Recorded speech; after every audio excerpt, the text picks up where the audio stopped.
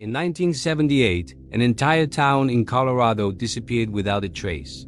I'm talking about 463 people who vanished in a single night, leaving behind running cars, warm coffee cups, and open doors. My name is David Hartley, and I'm the only person who ever came back. This is what really happened in Ashwood Valley. I was 17 years old when it happened, a senior at Ashwood Valley High School. It was a small mining town nestled in the Rocky Mountains, about 60 miles west of Denver. Everyone knew everyone. We had one main street, two churches, a diner called Betty's that served the best apple pie in Colorado, and a community that felt more like family than neighbors. My father worked in the copper mine. My mother taught third grade. My younger sister Emma was 14 and obsessed with photography. We lived in a blue house on Cedar Street, third one from the corner. October 23rd, 1978 started like any normal Monday. I woke up at 6:30 for school, ate breakfast with my family, and my mom reminded me about the town harvest festival that weekend. Everything was completely ordinary. Looking back now, that's what haunts me the most. There were no warnings, no signs that our entire world was about to end. After school, I drove my girlfriend Rachel home in my beat-up Chevy truck. We sat in her driveway talking about college plans. She kissed me goodbye at 4:45. That was the last time I ever saw her. I got home around 5 o'clock. My mom was making meatloaf for dinner. The smell filled the whole house. Emma was in her room doing homework and listening to Fleetwood Mac way too loud. Everything was normal. Everything was perfect.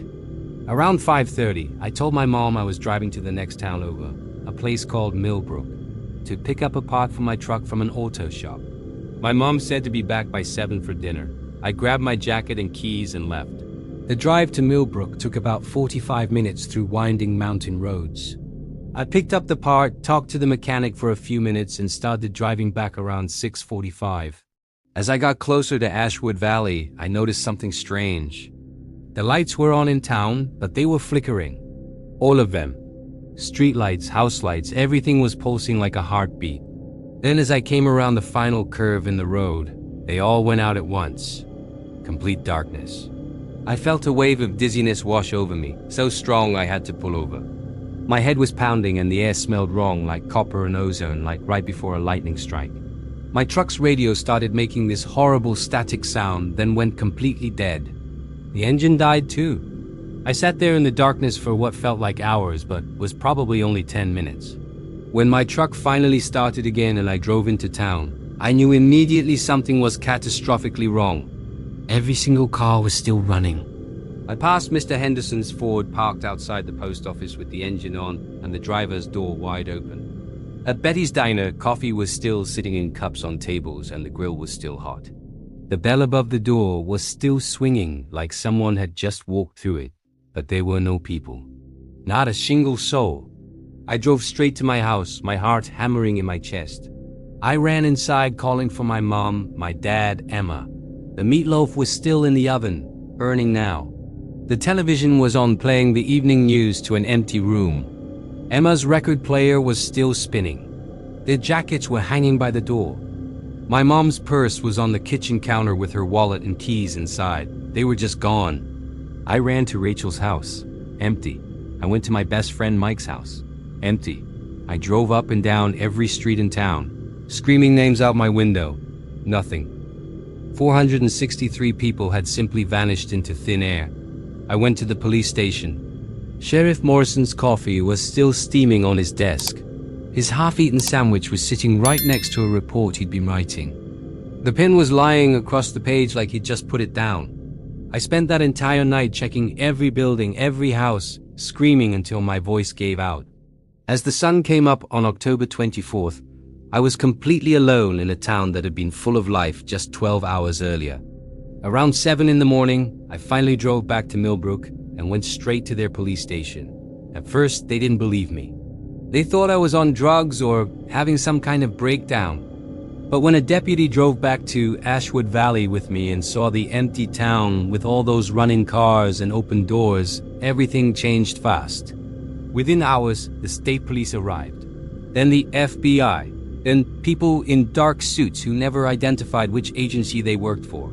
They sealed off the entire town. They questioned me for 6 days straight, the same questions over and over. Where had I been? What had I seen? Had there been any unusual activity in town?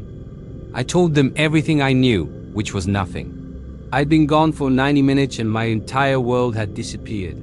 They brought in scientists, investigators, search and rescue teams with dogs. They combed through every inch of Ashwood Valley and the surrounding forest. They searched the mine shaft by shaft. They found nothing. No bodies, no signs of struggle, no evidence of where 463 people could have gone. It was like they'd been erased from existence. The official report, released 6 months later, said it was a mass evacuation due to a gas leak from the mine. They claimed everyone had been relocated for safety and that the town was permanently closed, but that was a lie. I know it was a lie because my family would never have left without me. Because cars were still running and food was still cooking. Because people don't evacuate and leave their wallets and purses behind. The government bought out all the properties and bulldozed most of Ashwood Valley within a year. They said it was too dangerous because of instability in the mine. Now there's just a historical marker on the highway that says site of Ashwood Valley, founded 1882, closed 1979. No mention of the people, no mention of what really happened. I'm 64 years old now. I've spent 47 years trying to find answers. I've filed Freedom of Information requests that come back completely redacted. I've contacted every paranormal investigation team in the country.